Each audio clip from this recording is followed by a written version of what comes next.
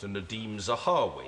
Thank you very much, Mr. Speaker. May I echo my fellow committee member, the member for Basildon and Billericay's thanks to you for granting this emergency debate, and of course to commend the chairman of our committee for the way he has behaved throughout this inquiry, and I'm sure will continue to do so as this inquiry moves forward.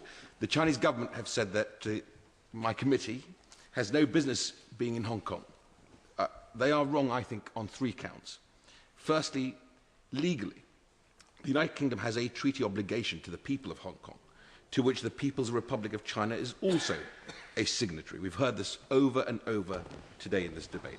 This is very much our business. The Sino-British Joint Declaration of 1984 is lodged with the UN and commits China to maintain the Hong Kong way of life until 2047. Until that treaty expires, we have a duty to ensure the Chinese are meeting their obligations, both to us as co-signatories and to the people of Hong Kong as beneficiaries of the joint declaration.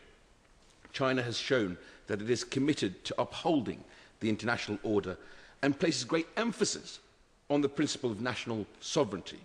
But by undermining a treaty signed with another sovereign state and registered with the UN, they are undermining the very international order to which they claim to belong.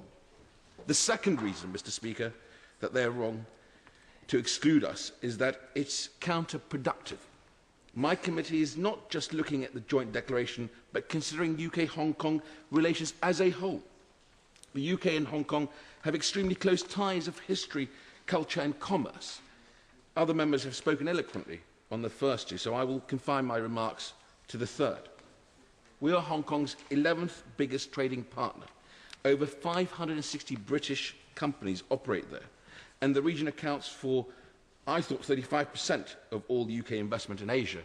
My friend and the member for the Cotswold tells me it's 40%.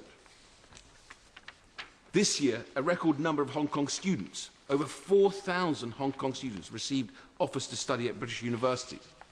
As a major financial centre, we cooperate closely on issues of the global financial governance.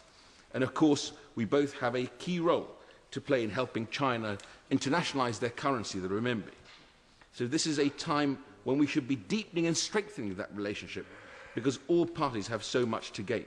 We should be over there, meeting with the businesses and universities, asking what more can we do to increase our mutual prosperity. Instead, we are here debating the question of whether China is ready to be a responsible member of the international community. The third reason this ban is wrong is that it is misguided, Mr. Speaker. The Chinese government have decided that they don't like our conclusions before we've even had a chance to make them. It means they won't get a chance to tell their side of the story. And it also means they won't see a House of Commons Select Committee in action. This is a shame, because if they saw what we do, the Chinese might find our committee system could have a useful application within their own government.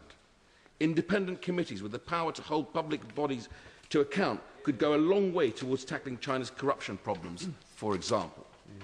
But rather than a lecture, this inquiry could have been a genuine exchange of ideas. For me in this House, we have a lot to learn from Hong Kong. What has been achieved there?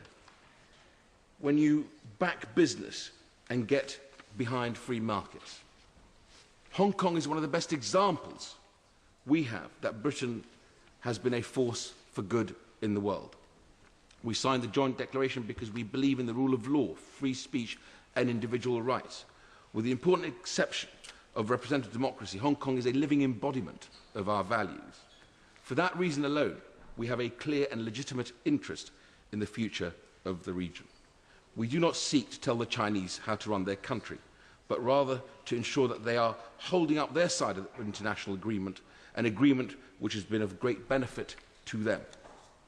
Now, if we cannot be there in person, what we can do is send a clear message to the people of Hong Kong that this House believes in your aspirations, shares your commitment to liberty and the law, and calls on your government to safeguard your way of life in line with international obligations. Thank you very much indeed.